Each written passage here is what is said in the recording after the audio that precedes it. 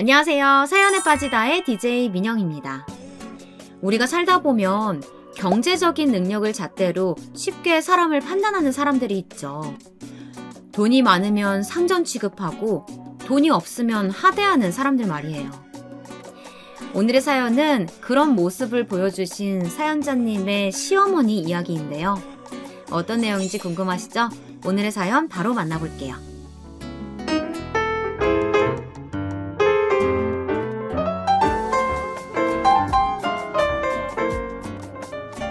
안녕하세요.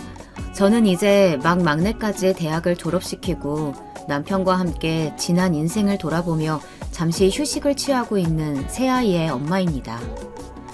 직장 생활을 꾸준히 하면서 새아이를 길러내기란 정말 쉽지 않았습니다. 정말 목숨과도 바꾸지 않을 소중한 내 새끼들이기에 온 힘을 다해 길렀죠. 하지만 그러면서도 저의 소중한 커리어도 놓치고 싶지 않았기에 2배, 3배로 더 힘이 들었던 것 같아요. 아마 저 같은 워킹맘들은 저의 심정을 아주 많이 공감하실 겁니다. 그래도 혼신을 다해 육아와 제 일에 집중한 끝에 이제야 조금 인생에서 한숨을 돌릴 수 있는 시간이 다가왔네요. 저와 남편은 집안 어른들의 중매로 만났습니다. 시부모님들은 오래전부터 식당을 크게 운영하셔서 많은 돈을 버셨는데 나중에는 그것을 법인화까지 하여 유통 분야에까지 손을 벌리셨어요. 국내의 요식업과 식품 유통 분야에서 꽤 알아주는 큰 규모의 회사까지 발전을 시켰죠. 저희 집안 역시 아버지께서 사업을 오랫동안 해오시면서 업계에서 알아주는 명문가였기 때문에 사실 지금 남편 집안이 아니어도 제가 어릴 적부터 영향력 있는 집안에서 잊을만 하면 혼담이 오고 가곤 했어요. 그럼에도 아빠가 지금의 남편 집안을 선택하신 것은 다름 아닌 남편의 됨됨이를 좋게 보셨기 때문입니다. 영화나 드라마에서 보면 명문 기업가의 자녀들이 심심치 않게 나오는데 대부분 좋게 표현되는 경우가 별로 없죠. 물론 영화나 드라마에서는 과장이 심하긴 하지만 완전히 없는 얘기도 아니에요. 실제로 인성이 별로인 사람들이 왕왕 보이거든요. 저희 사촌언니 같은 경우만 해도 좋은 기업가 집안에서 중매가 들어와서 뒤도 안 돌아보고 흔쾌히 결혼을 했는데 알고 보니 사촌 형부가 알코올 중독자에 하루가 멀다 하고 집안 물건을 집어던지는 굉장히 공격적인 사람이었대요. 그런 사촌 형부의 공격성을 도저히 견딜 수 없었던 사촌 언니는 금세 이혼을 했습니다. 아빠는 조카가 상대 집안의 명성만 보고 섣불리 결혼했다가 실패한 조카의 사례를 옆에서 지켜보셨기 때문에 저의 결혼에 더욱더 신중하실 수밖에 없었죠. 처음에 혼담이 오갈 때쯤이었을까요? 웬 멀끔한 청년이 아버지 회사로 찾아와 뵙기를 청했대요. 안녕하십니까 대표님. 저는 주식회사 다인통상의 장남 김준태라고 합니다. 아 그래요. 반가워요. 그런데 여기까지는 어쩐 일로? 이번에 부모님들 사이에서 혼담이 오간다고 들었습니다. 그래서 성사 여부와 상관없이 먼저 제가 찾아뵙고 인사드리는 것이 도리인 것 같아서 이렇게 찾아뵙게 되었습니다. 바쁘신 중에 시간 내주셔서 대단히 감사드립니다. 저는 대표님을 오래전부터 기업가로서 존경해왔고 앞으로 제가 부모님의 회사를 물려받는다면 꼭 대표님과 같은 훌륭한 철학을 가지고 회사를 운영해보고 싶습니다. 혹시나 혼인이 성사가 되지 않아도 괜찮습니다. 저는 두 집안의 혼담이 계기가 되어 이렇게 대표님을 마주할 수 있다는 자체를 영광으로 여기겠습니다. 평소에 저희 집안에 대해 조금이라도 긍정적인 마음을 가지고 계셨다면 오늘 이렇게 찾아뵌 저를 보셔서라도 조금 더 이 혼담을 긍정적으로 생각해 주시면 감사드리겠습니다. 앞서 말씀드렸듯이 그동안 저에 대한 혼담이 오간 건 처음이 아니었어요. 그런데 혼담이 오갈 때 당사자인 사위 될 사람이 직접 아빠를 찾아온 것은 이 사람이 처음이었대요. 게다가 정말 솔직하게 말해서 그쪽 집안 정도면 저렇게 저희 집안에 숙이고 들어오지 않아도 될 정도의 위치였거든요. 그렇다고 이 사람이 저와 먼저 아는 관계여서 저에게 호감이 있어서 아빠에게 결혼을 허락해달라고 요구하는 상황도 아니었고요. 그러면 남편은 왜 그렇게까지 어른들의 홈담에 본인이 적극적으로 나서서 아빠까지 찾아뵀던 걸까요? 나중에 남편의 말을 들어보니 부모님들끼리의 혼담에 수동적으로 임하기보다는 장남으로서의 책임감으로 더 주도적으로 자신의 혼인을 이끌어가고 싶었대요. 자신의 혼인은 자신 혼자만의 혼인으로 끝나는 것이 아니라 자신의 가문을 대표하는 행위이며 자신의 혼인으로 가업에 미칠 수 있는 영향을 생각해서 단순히 어른들이 맺어주는 결혼을 주체적이지 못하게 하고 싶지는 않았다고 해요. 그런 와중에 마주한 혼담의 장인어른이 되실 분이 실제로 자신이 존경하던 경영인이었던 저희 아빠였다고 하니 더 적극적일 수밖에 없었던 거죠. 여기까지 들으시는 청취자 여러분들께서는 그저 남편이 예비 장인에게 아부하는 정도로밖에 안 여겨지실지 모르겠지만요.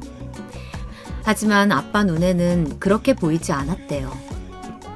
앞서 말씀드렸듯이 굳이 아빠에게 그렇게 아부를 하지 않아도 될 위치의 집안 자제이고 혼담이 오간다고 해서 따로 인사까지 오는 청년은 한 명도 없었는데 적어도 생각이 열려있고 예의가 바른 젊은이라는 생각이 들었다고 합니다.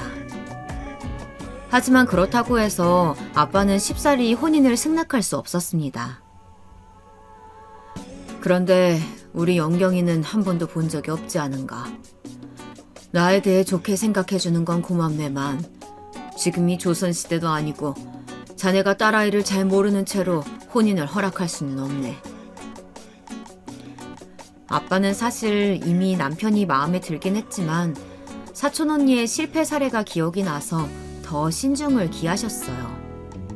대표님께서 우려하시는 바가 무엇인지 정확히 알고 있습니다. 그러나 저는 확신할 수 있습니다.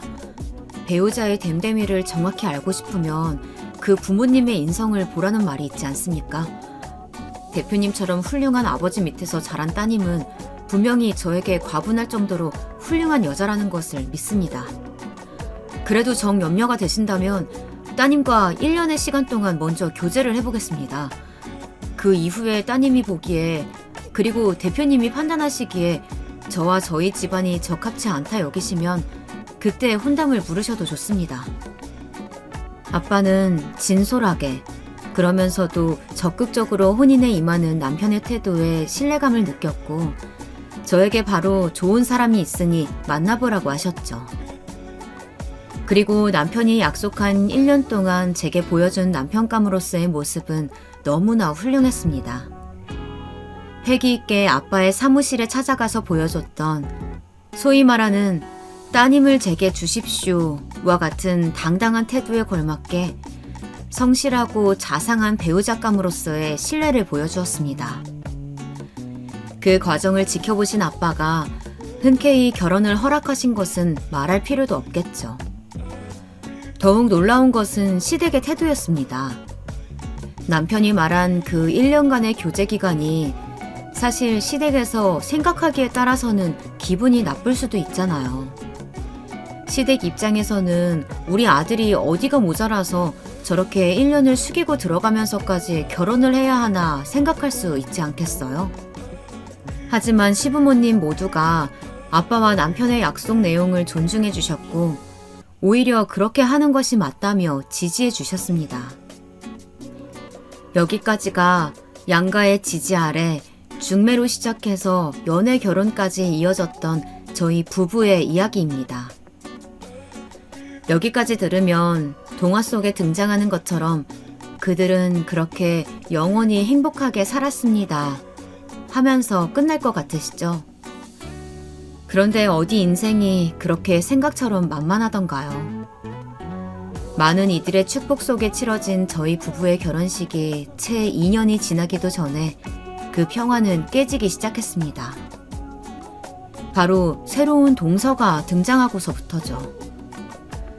늘 신사적으로 저와 저희 부모님을 존중해 주시던 시부모님의 태도는 이름만 대면 알만한 재벌가 자제인 동서를 둘째 며느리로 맞이하고부터는 눈에 띄게 차가워졌습니다. 정확히는 시어머니의 태도가요. 사실 나중에 들어보니 저와 남편이 1년간의 약속된 연애를 할 때도 시아버지께서 적극적으로 밀어주신 것이지 시어머니는 굉장히 불쾌해하셨다고 해요. 자기 아들이 뭐가 부족해서 1년의 시간을 테스트를 받아야 하냐면서요. 하지만 시아버지가 이미 마음을 결정하시고 허락을 하신 사항이라 시어머니는 아무 말 못하고 뒤에서 툴툴대시기만 했다고 합니다. 그러다가 맞이한 둘째 며느리, 재벌집 동서의 등장에 그동안 눌려왔던 시어머니의 저에 대한 불만이 점점 겉으로 표현되기 시작했습니다. 첫째 아가. 이번에 우리 성태랑 결혼할 처자가 너희 집하고는 비교도 안 될 귀한 집 자식이야. 너가 손이 동서라고 행여 갑질이라도 할라 치면 내가 가만 안 둘 테니까 그렇게 알아라. 아니 제가 언제 손 아랫동서 들어오면 괴롭힐 거라고 예고라도 했나요? 매번 시아버지가 옆에 계셔서 저에 대한 불만을 제대로 표현하지 못하시던 시어머니가 유력 가문에서 둘째 며느리를 맞이한다고 하니 곧바로 돌변해서 저를 손 아랫동서에게 갑질하는 형님처럼 취급을 하시는 모습을 보면서 매우 불쾌했습니다. 그리고 웬일인지 시어머니가 조금이라도 제게 안 좋게 얘기하시려고 하면 미리 알고 중간에서 중재를 잘 하시던 시아버지도 이번만큼은 시어머니의 막말에 그저 방관만 하셨습니다. 저희 집안의 재력과는 비교도 안 될 동서댁의 재력과 사회적 위치가 시부모님의 저에 대한 태도를 돌변하게 만들었다는 사실이 저를 매우 슬프게 만들었습니다. 나중에 남편에게 들어보니 그때 당시 시아버지께서는 정계 진출을 염두에 두셨고 그러자면 동서댁과의 혼인이 자신의 꿈을 이루는데 큰 도움을 줄 것이라는 생각을 가지고 계셨다고 해요. 그래서 어떻게든 동서댁의 심기를 건드리지 않기 위해 눈치를 보고 계셨다고 합니다. 항상 저와 시어머니 사이에서 해주셨던 방패막이 역할도 더 이상 하실 수 없었던 거죠. 겉으로는 시어머니만 나쁜 사람 같아 보였지만 방관하고 묵인하는 시아버지 역시 다 똑같은 사람이라는 생각이 들었습니다.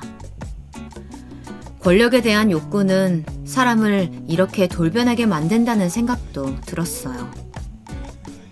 완벽한 결혼이라고 생각했는데 다정한 남편과 탄탄한 시댁의 위치, 그리고 저희 집안에 대한 신사적인 시댁의 태도까지.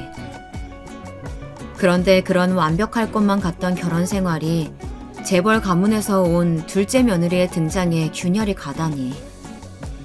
그때 느꼈던 실망감은 제게 굉장히 크게 다가왔습니다. 그래서 남편에게 푸념을 늘어놨죠. 오빠, 나 솔직히 도련님 좋은 집안이랑 결혼한다고 하니까 어머님 태도 싹 돌변하는 거 되게 서운해. 우리 집도 나름 정말 열심히 살아서 지금 위치에 올라갔고 오빠도 그런 우리 아빠랑 우리 집안 좋게 생각해서 그렇게 적극적으로 나한테 구애했던 거 아니야? 여보, 당신 서운한 마음 충분히 이해해. 우리 엄마 극성맞은 태도에 평생 시달려온 나랑 성태가 그 마음을 왜 모르겠어. 그런데 이번 성태의 결혼 때까지만 모른 척 넘어가 주라. 정계 진출은 아버지의 오랜 꿈이었고 사돈댁에서 적극적으로 도와주기로 먼저 얘기가 오갔나 봐. 그 과정에서 서로 혼기가 찬 딸 아들도 있으니까 아예 혼담으로까지 이어진 거래. 그래도 동서될 사람이 참 괜찮은 사람이라고 하더라고. 성태가 웬만하면 친형인 나한테도 어릴 때부터 자기 연애사 절대 얘기 안 하는데 이번만은 아주 입이 마르도록 칭찬을 하더라니까.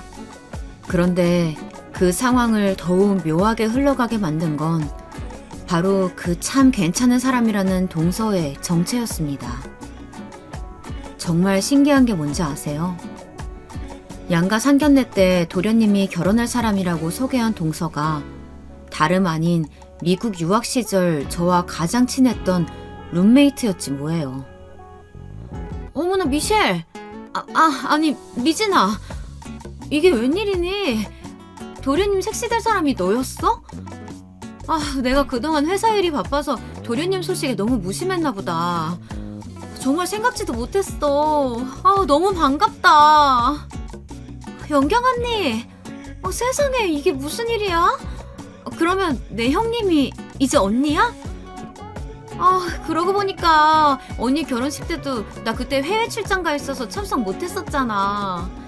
그러니까 더더욱 모를 수밖에 없었네. 이렇게 세상이 좁을 줄이야. 근데 언니 나는 너무 좋아. 아니 이제 형님이라고 불러야지. 미진이와 저는 외롭고 힘들던 미국 유학 시절을 서로를 의지하며 꿋꿋이 이겨낸 우정을 넘어선 일종의 전우애를 가지고 있는 애틋한 사이였습니다. 귀국 후 저는 저대로 새로 입사한 회사에 적응하느라 미진이는 가업을 물려받는 일환으로 가문의 계열사 대표이사로 일하느라 각자 바빠서 1년에 겨우 한두 번 안부를 묻는 정도여서 너무나 아쉬웠는데 이렇게 형님과 동서로 마주하다니요. 그때까지만 해도 저는 너무나 기뻤습니다. 흠잡을 데 없던 결혼 생활에 가장 친한 친구였던 미진이까지 동서로 들어오다니 마치 온 세상이 힘을 모아 저의 인생을 축복해주는 것만 같았습니다. 하지만 그러한 저의 기대는 미진이가 서방님과 결혼을 한 이후 처음 맞는 명절에 산산이 깨지고 말았습니다. 본격적으로 시어머니의 동서에 대한 편애와 비교가 시작되었거든요. 하루는 매해 열리는 기업인들의 장학 후원 행사에 시아버지가 초대된 적이 있었어요. 저희 부부와 서방님 부부도 그 자리에 함께 참석을 했고요. 아무래도 기업인들의 행사이다 보니까 유명 기업인들이 많이 보였습니다. 그런데 공식 행사를 마치고 연회 시간에 시어머니가 그간 친분이 있던 기업가 부부들에게 가족들을 소개하는데 제가 버젓이 뒤에 서 있는데도 이 아가가 우리 둘째 며느리예요. 아시죠? 가업을 물려받으려고 벌써부터 경영 수업을 받고 있어요. 아주 우리 집안의 보물이에요, 보물. 하면서 동서만 딱 소개를 하는 게 아니겠어요? 근데 한 번만 그러는 게 아니고 만나는 사람마다 우리 둘째 며느리가 어디 기업 딸내미라는 등 우리 둘째 며느리가 운영하는 회사가 벌써 업계에서 선두를 차지하고 있다는 등 제 소개는 단 한 번도 안 하고 동서만 실컷 소개와 자랑을 하셨어요.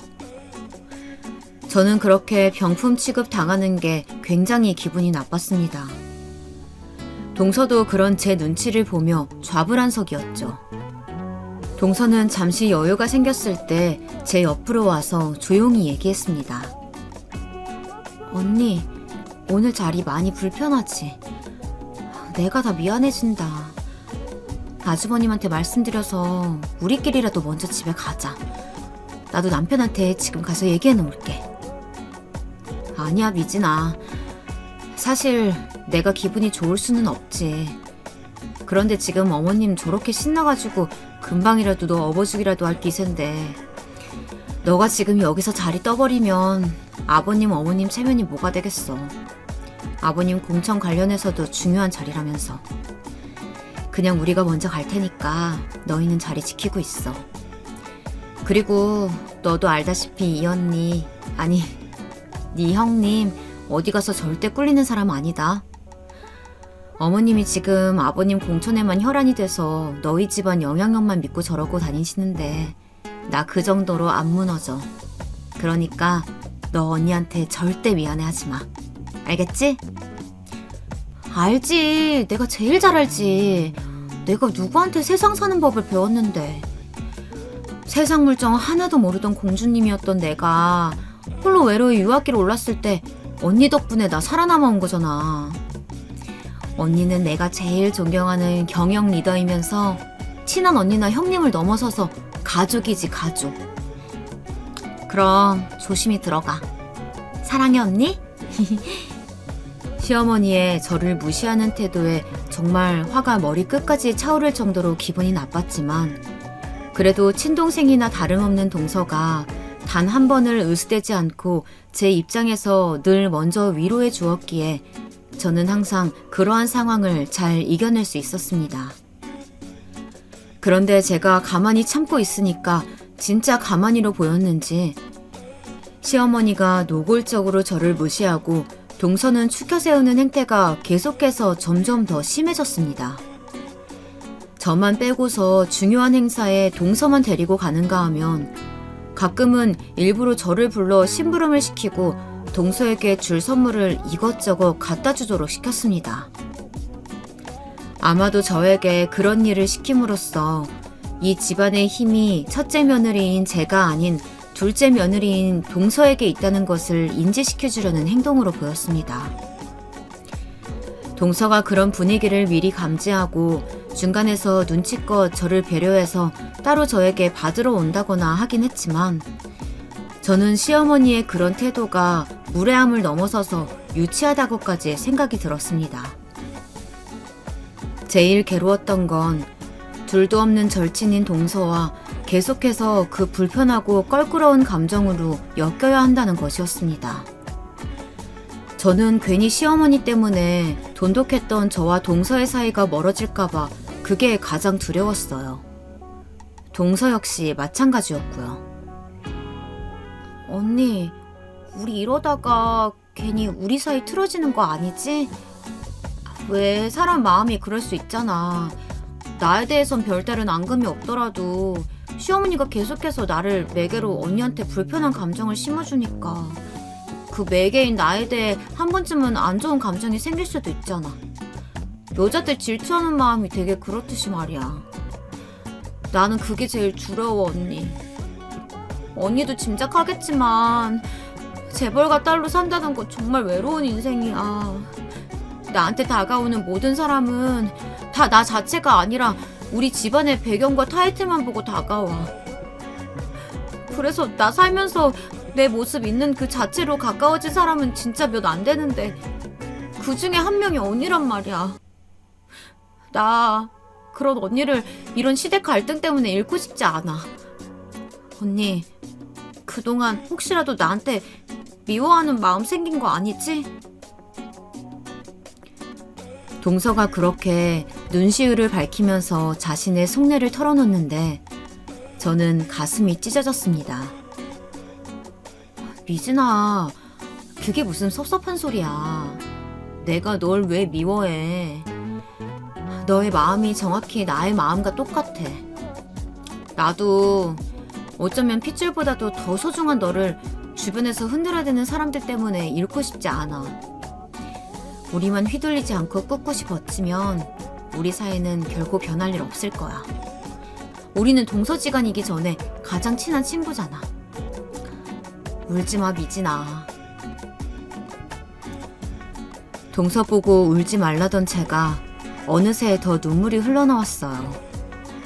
저희 둘은 서로를 부둥켜 안고 그렇게 한참을 울었습니다. 그러던 어느 날 큰 사건이 하나 터지고야 말았어요. 시어머님이 그동안 친분을 쌓아오던 기업가 그리고 정계와 연줄이 있는 집안 사모님들과의 만찬 자리를 열었는데 저와 동서가 그 자리에 참석을 하게 되었습니다. 저희가 얼굴마담으로 참석해서 다른 사모님들에게 눈도장을 찍고 인맥을 만들어두라는 시어머님의 지시였습니다. 그 자리의 목적은 역시 시아버지의 정계 진출에 밑거름을 만들기 위한 자리였죠. 시어머님이 웬일로 그런 중요한 자리에 저까지 얼굴마담으로 부르나 싶었는데 아니나 다를까 진정한 얼굴마담은 재벌가 자제인 동서 하나뿐이었고 저에게는 도착하자마자 이런저런 허드렛 일을 시키기 시작하셨습니다.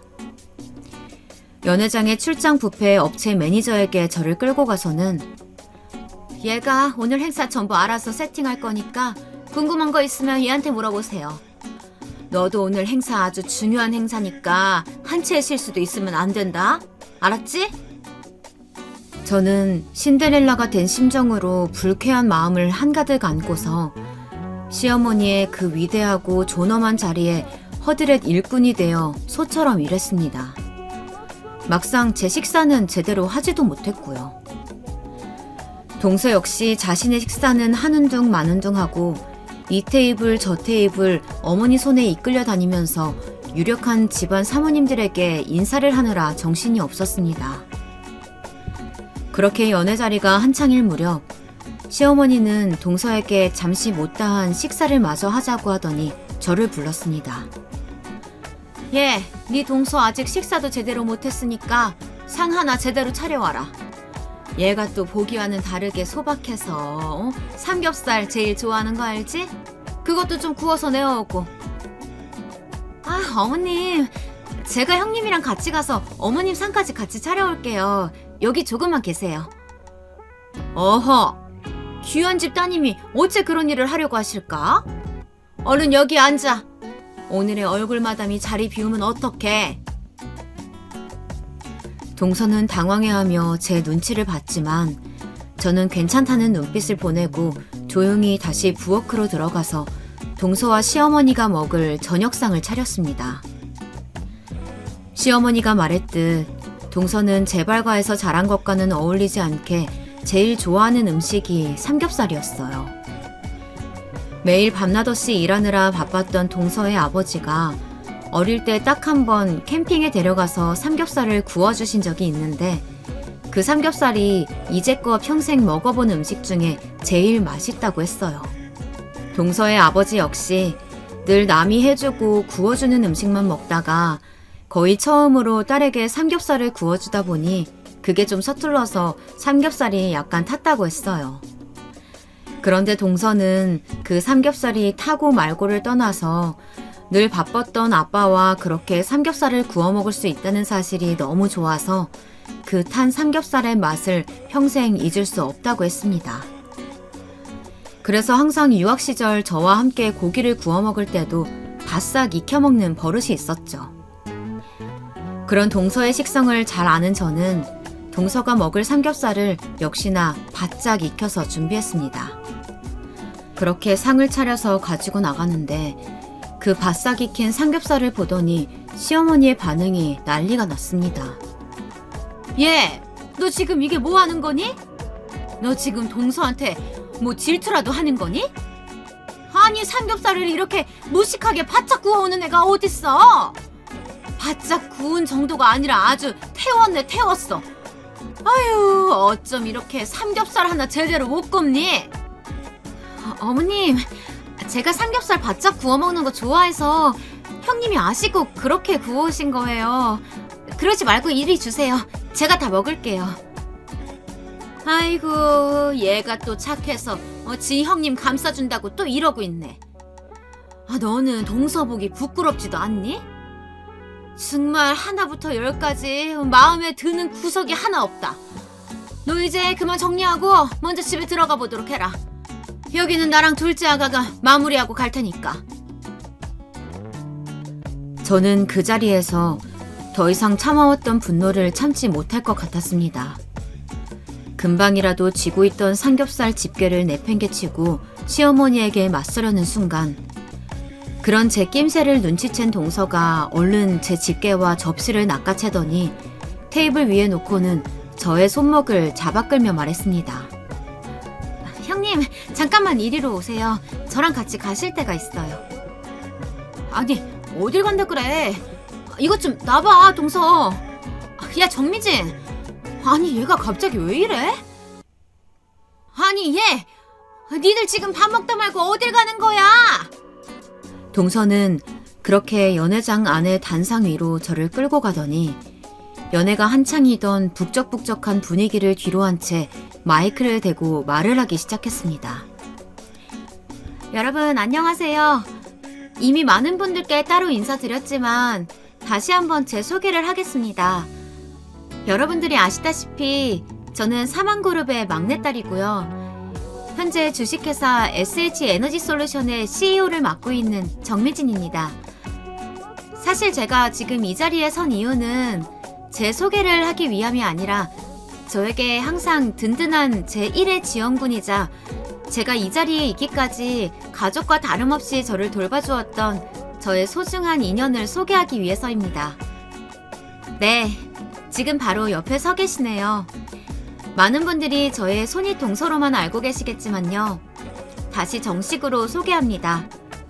주식회사 SH에너지솔루션의 대주주 박연경님을 소개합니다. 큰 박수 부탁드릴게요. 동서의 갑작스러운 제 소개에 연회장 내 손님들은 잠시 머뭇거리다가 이내 큰 박수를 보내주었습니다. 저는 작은 목소리로 동서의 옆구리를 콕 찌르며 말했죠. 야, 갑자기 이렇게 소개하면 어떡해. 어쩌려고 그래. 언니, 일단 소개받았으니까 내빈들한테 인사말이나 멋들어지게 하셔. 그 다음은 내가 생각한 게 있으니까. 으이구, 하여튼. 알았으니까 빨리 마이크 줘봐. 안녕하세요. 방금 소개받은 주식회사 SH에너지솔루션의 대주주이자 주식회사 다인통상의 큰며느리 박연경입니다. 오늘 저희 시어머니께서 마련한 이 자리에 귀한 손님분들께서 방문해 주셔서 더할 나위 없이 기쁘고 감사를 드립니다. 계속해서 여러분들과 좋은 인연으로 업계에서 또 다른 여러 곳에서 함께 해나가고 싶습니다. 모쪼록 오늘의 만찬 자리를 한껏 즐겨주시고 부족한 것이 있으면 언제든지 요청해 주시면 바로 도와드리겠습니다. 그럼 계속해서 즐거운 시간 보내세요. 이어지는 큰 박수와 함께 저와 동서는 단상을 내려왔고 바로 마주한 것은 벙찐 얼굴로 저를 바라보는 시어머니의 모습이었습니다. 아니, 너네 지금 이게 무슨 소리니? 첫째 아가가 너희 회사 대주주라니? 그게 무슨 얘기야? 어머님, 이제 아셨죠? 들으신 그대로예요. 연경 언니, 아니 우리 형님, 제 손윗동서이고 어머님의 며느리이기 이전에 저희 회사의 존망을 좌지우지하는 당당한 대주주예요. 그러니까 어머님, 앞으로 우리 형님 대하실 때도 제게 해주시는 것처럼 다정하게 대해주시길 부탁드려도 될까요? 동서는 이때를 놓치지 않고 저를 위해 나서주었습니다. 제가 없었으면 오늘날의 자신도 없었다며 그간 시어머니가 매번 저보다 자신을 편애하는 모습을 볼 때마다 정작 자기 자신이 더 불편했다는 말도 덧붙이면서요. 동서는 그렇게 언제고 저의 정체를 밝히면서 꼭 이 부분을 시어머니께 말씀드리고 싶었다고, 오늘이 딱 적기인 것 같다는 직감을 했다고 합니다. 자, 그런데 여러분, 딴 것보다 일단 제가 동서 회사의 대주주라니 이게 어떻게 된 일인지 청취자분들도 궁금하시죠? 매번 시어머니에게 구박만 받던 신데렐라 같던 첫째 며느리인 제가 언제 어떻게 그런 위치에 올라가 있었을까요? 이야기는 동서가 결혼하던 당시로 거슬러 올라갑니다. 너무나 오랜만에 절친이었던 우리가 동서지간으로 만나게 된 것이 크게 고무가 되어 언제고 꼭 같이 사업을 해보자고 몰래 약속을 했습니다.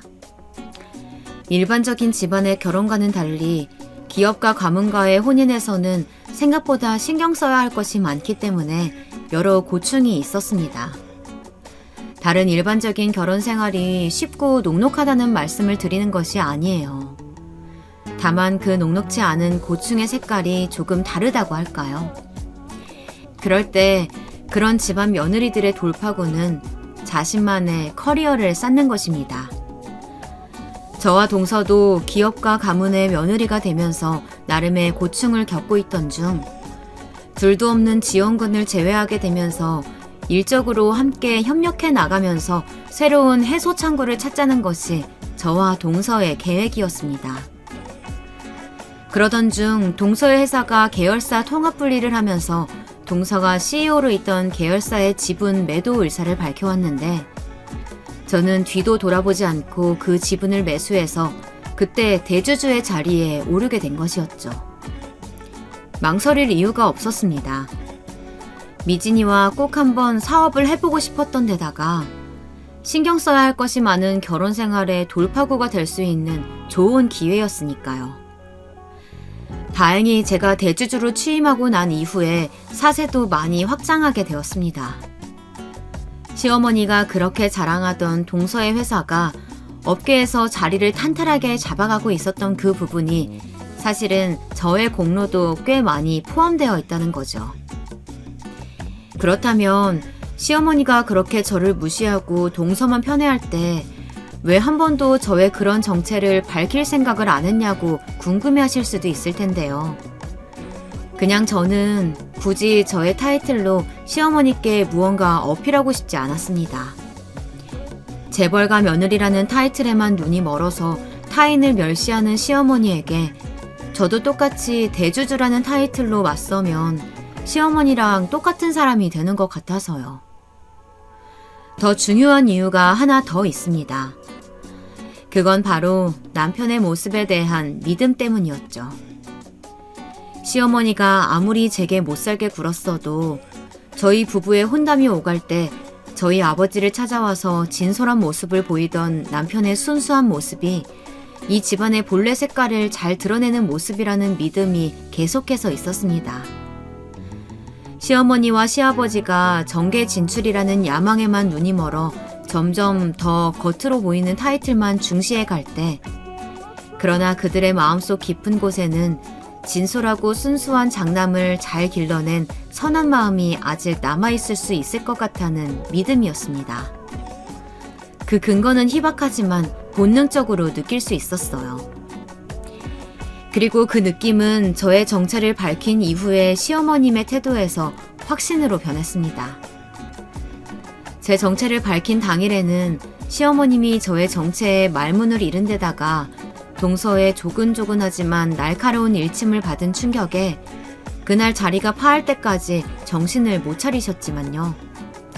며칠이 지나 제게 할 말이 있다고 하시면서 저희 집으로 직접 찾아오신 게 아니겠어요? 아니 어머님, 부르시면 제가 갈 텐데 어떻게 직접 여기까지 오셨어요?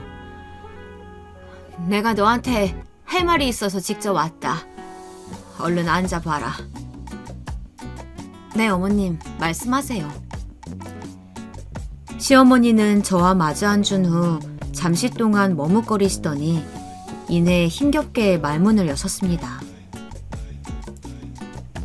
예, 첫째 아가, 아니, 영경아, 그동안 내가 정말 미안했다. 네 시아버지도 나도 조금만 더 힘내면 국회의원 집안이 될 수 있다는 생각에 정말 뒤도 안 보고 달렸다. 그 과정에서 둘째 아가만 편애하고 너에게 소홀했던 것이 참 미안하고 스스로도 너무 부끄럽더구나. 내가 준태가 자랄 적에도 항상 어느 누구든 편견 없이 대하고 예의 바르게 대하라고 가르쳤고, 또 우리 집안이 돈 좀 있다고 해서 다른 우리보다 더 어려운 사람들을 절대 멸시해서는 안 된다고 철저하게 가르쳤건만, 어느새 내가 그렇게 준태에게 대지 말라고 가르쳤던 바로 그 사람이 되어있지 뭐냐. 가장 부끄러웠던 건 네가 전도 유망한 기업의 대주주라는 사실을 알게 되자마자 너에 대한 작은 태도부터 바뀌는 내 모습이었어. 내가 둘째 아가에게 더 많은 신경 썼던 거 인정한다. 그런데 너도 그런 못지않은 위치에 있는 사람이라는 걸 알고 나니까 그동안 너에게 소홀했던 지난날을 반성하기보다는 어떻게 하면 이전의 잘못은 최대한 덮고 너의 그 사회적 위치마저 네 시애비의 정계 진출의 디딤돌로 삼을까 고민하고 있는 내 자신을 발견했다. 그때는 정말 스스로에게 느끼는 수치심을 감출 수가 없었어.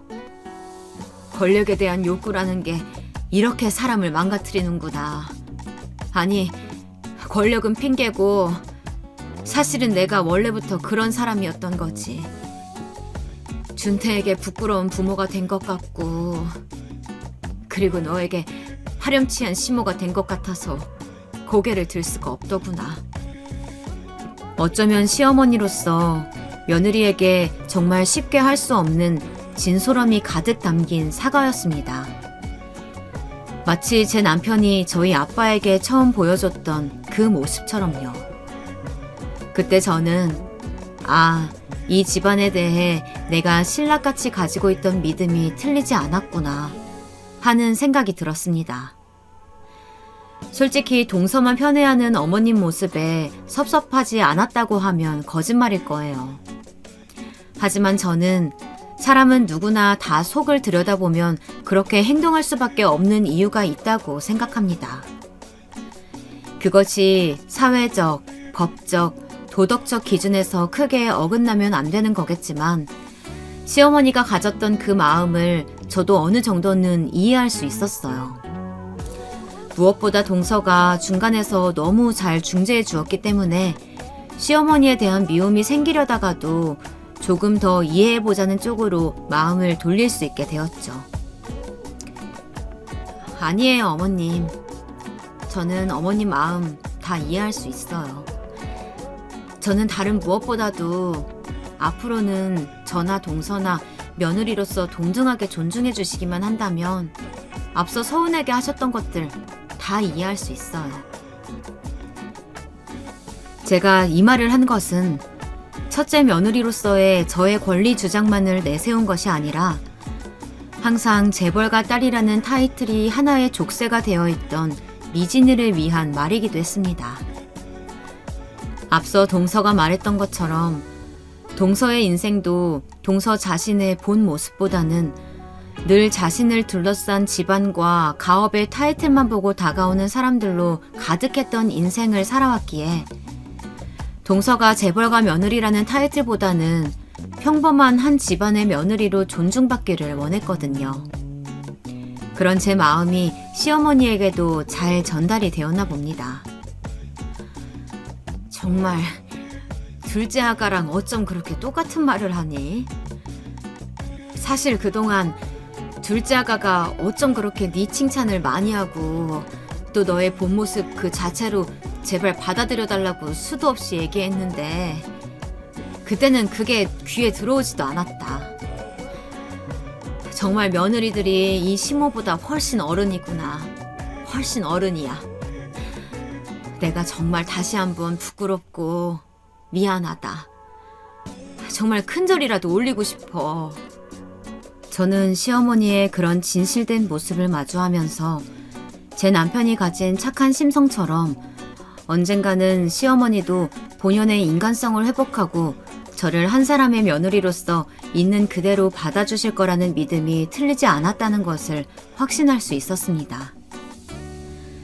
시어머니는 그런 저의 말을 듣고는 자신이 정말 복받은 사람들이라며 우리 집안이 며느리들을 정말 잘 들였다고 기쁨의 눈물을 흘리셨어요. 점점 새 속에 찌들어가는 당신을 돌이켜 세운 고마운 존재라고 하시면서요. 이제는 내가 너희들을 며느리가 아니라 스승님들이라고 해야겠구나. 아유, 어머님, 이제 그만하세요. 민망해서 몸둘 바를 모르겠어요.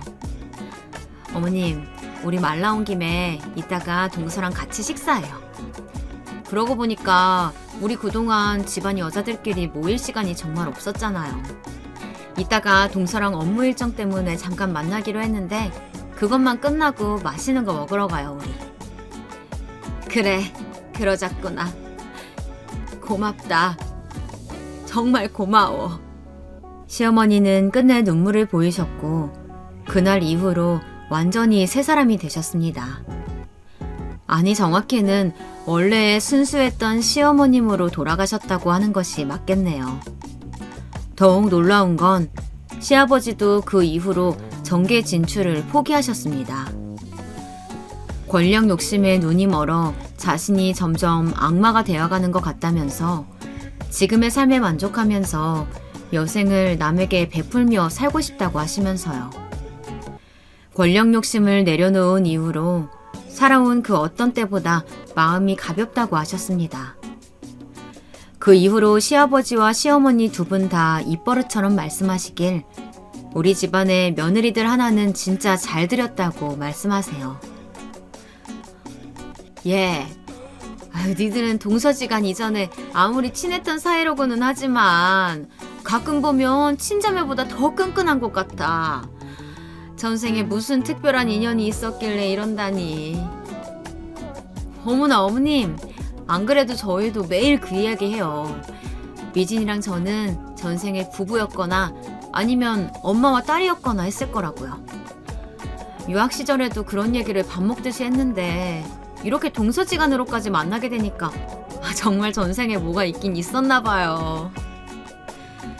그래, 니들이 전생에 쌓은 인연으로 우리 집안이 이렇게 복을 받게 되니까 정말 감사하고 또 감사하다. 이렇게 우여곡절 끝에 평화를 찾은 저희 집안은 그 이후로도 쭉 화목하게 지내며 저희는 세 아이의 엄마, 동서는 두 아이의 엄마가 되어 각자의 일과 육아에서까지 성공적인 삶을 살아냈습니다. 저와 동서가 업계에서 점점 입지가 굳어질수록 심심찮게 정계 진출에 대한 제의가 들어왔지만 저희는 모두 거절했습니다.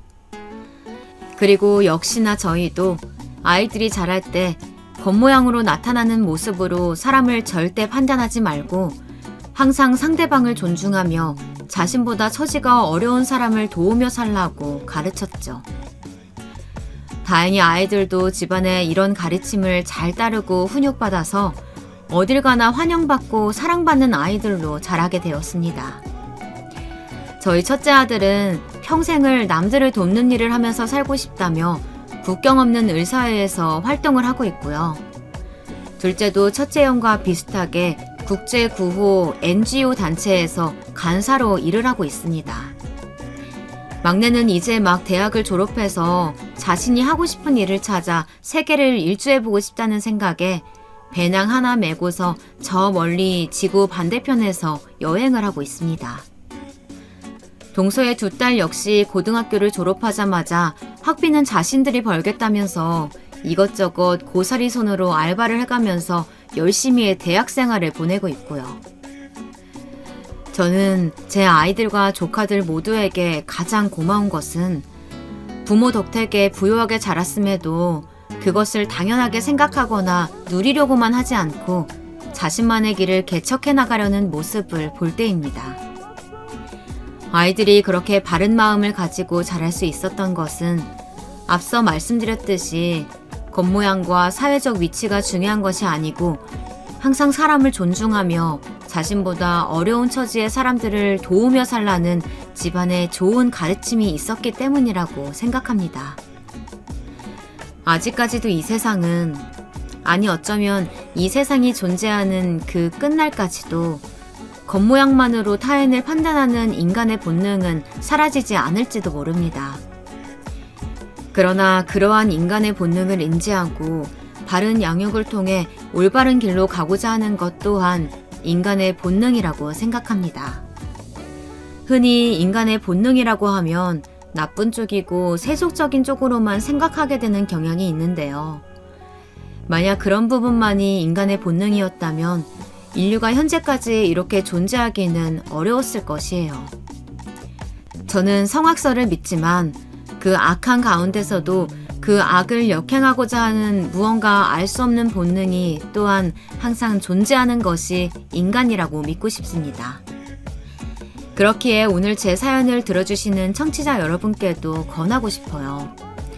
청취자 여러분도 그리고 여러분의 자녀에게 가르치실 때도 타인의 겉보다 중요한 속을 바라볼 수 있는 사람이 될 수 있기를 바랍니다. 저와 동서가 좀 더 이런 것에 간절한 이유는 아시다시피 저희는 어릴 적부터 저희의 본질적인 자아의 모습보다 부모님이 씌워준 타이틀과 사회적 명성으로 판단을 받았던 사람들이기 때문입니다. 혹자는 배부른 소리라며 저희들을 비판하실지도 모르지만요. 저희와 같은 환경에서 자라신 분들이 있다면 아마 100% 공감하실 겁니다. 그러한 부모의 타이틀과 집안의 재력을 제외한다면 나 자신은 과연 어떤 사람인가? 어쩌면 빈 껍데기가 아닐까 하는 의문들이죠. 그렇기 때문에 아이러니하게 더더욱 사회적 타이틀과 경제적인 우위를 점하는데 혈안이 되어 있는지도 모릅니다. 그것이 없다면 빈 껍데기라고 느끼니까 더더욱 그런 것들을 통해 자아를 채우려고 하는 것이죠. 저희 시어머님이 그랬던 것처럼요. 하지만 역시나 시어머님이 회심하고 올바른 길로 갈 수 있었던 것처럼 우리 모두는 본인이 마음만 먹으면 사회적 겉모양을 떠나 타인의 내면을 바라보는 성숙의 단계까지 성장할 수 있다고 믿습니다. 갑자기 설교 시간이 된 것 같다고요? 오늘 소개한 사연의 사건이 있었던 시절과 평생을 기업가로 살아온 지난날을 돌이켜다 보니 제가 살아오면서 느낀 것이 하나로 이어지는 것 같아요. 이것을 꼭 나누고 싶었으니 양해 부탁드리겠습니다. 오늘은 이 사연의 주인공이었던 시어머니의 일주기 추도 예배가 있는 날입니다. 이렇게 사연을 쓰게 된 것도 저와 우여곡절 많았던 시어머니와의 지난날을 돌이켜보면서 쓰게 된 것의 시작이었어요. 시어머니는 그렇게 저에게 진심 어린 사과를 하신 이후에 남은 여생을 인심 좋은 동네 할머니로 온전히 이웃을 위해 봉사하다가 작년에 평안히 눈을 감으셨습니다. 마지막에 눈을 감으실 때 제게 하셨던 말씀이 아직도 기억에 남습니다. 아가, 미안했다. 정말 미안해. 그리고 고마워. 이미 수십 년이 지난 일인데도 그 시절 저에게 소홀하셨던 것이 미안하셨는지 마지막 가시는 길에도 저에게 미안하다는 말씀을 남기시면서 떠나셨습니다. 그리고 고맙다는 말씀 역시 진심으로 다가왔어요. 당신께서 인간성의 본질을 잃지 않고 다시 돌아올 수 있게끔 만들어줘서 고맙다는 말씀이었을 테죠. 그때 당시에는 그렇게 미웠는데 마지막 제게 남기신 말씀을 떠올릴 때면 또 시어머니가 그리워지기도 합니다. 저의 그런 마음을 아는지 역시 저의 영원한 단짝이자 가족인 동서가 저를 위로해 줍니다. 언니, 어머님 좋은 곳에서 편하게 잘 계실 거야. 미안하다고 하셨던 말 너무 마음에 두지 마. 어쩌면 언니 덕분에 어머님이 다시 어머님답게 돌아올 수 있었던 거잖아. 그래, 고마워 미진아. 그리고 그 덕분에 우리도 아이들 잘 키울 수 있었던 거니까. 우리도 남은 인생 어머님이 그랬던 것처럼 남들한테 베풀면서 세상에 좋은 것 많이 남기고 떠나자. 언니. 언니는 이미 좋은 거 많이 남겼고 앞으로도 그럴 거야. 아자아자, 파이팅! 여기까지가 제가 준비한 사연입니다. 어떻게 다들 재미있게 들으셨나요? 제가 사연에 재미를 더하고자 초반에 시어머니의 못된 부분만 강조했던 부분이 좀 느껴지셨을 겁니다. 하지만 더욱더 그렇게 표현했던 것은 그런 사람도 인간성의 본질을 잃지 않는다면 얼마든지 다시 좋은 방향으로 흘러갈 수 있다는 것을 표현하고 싶었기 때문입니다. 우리가 어릴 때 만화나 소설을 보면 세상 악독하고 악질적인 등장인물이 한 명씩은 꼭 나오잖아요. 그런데 그 악당의 과거를 잘 들여다보면 그렇게밖에 될 수 없었던 아픈 과거가 꼭 있죠. 어떤 작품에서는 그렇게 될 수밖에 없었던 과거를 청산하고 저희 시어머니처럼 좋은 사람으로 다시 변하기도 하지만 어떤 작품에서는 그 악당이 그렇게 변할 수밖에 없었던 타당한 이유가 있었더라도 영원히 악당으로 끝나기도 합니다. 오늘 제 사연에 빗대어 한 가지 예를 들자면 시집살이를 당했던 며느리는 다시 자신의 며느리에게 시집살이를 시키는 것이 대표적이죠. 혹시 여러분 중에도 자신이 악당이 될 수밖에 없었던 자신의 인생이 안 좋은 방향으로 흘러가게 만든 원인이 되는 사건이 있었나요? 정말 안타깝게도 그 사건이 여러분에게 일어난 것은 너무나 유감스러운 일입니다. 할 수만 있다면 제가 여러분의 과거로 돌아가서 그 사건을 없던 것으로 해드리고 싶어요. 하지만 그 안 좋은 기억을 겪었던 모두가 다 악당이 되는 것은 아니에요. 계속해서 악당으로 머물 것이냐, 다시금 자신의 인간성을 좋은 방향으로 변모할 것이냐는 자신의 선택입니다. 저희 시어머니가 세속적이고 악하게만 흘러가던 자신의 모습을 돌이켜 다시금 좋은 사람이 되신 것처럼요. 지금 이 순간에도 과거의 안 좋은 기억과 싸우고 계신 분들, 그리고 그 속에서 어떻게 나아가야 할 바를 찾지 못하고 계신 분들 모두를 응원합니다. 여러분이 그 속에서 하신 선택이 여러분 스스로와 사회의 빛이 될 수도, 아니면 영원히 끊이지 않는 인간사의 고통의 굴레를 반복하게 될 수도 있습니다. 저는 여러분들이 올바른 선택을 할 것이라는 믿음을 가지며 이만 사연을 마무리합니다.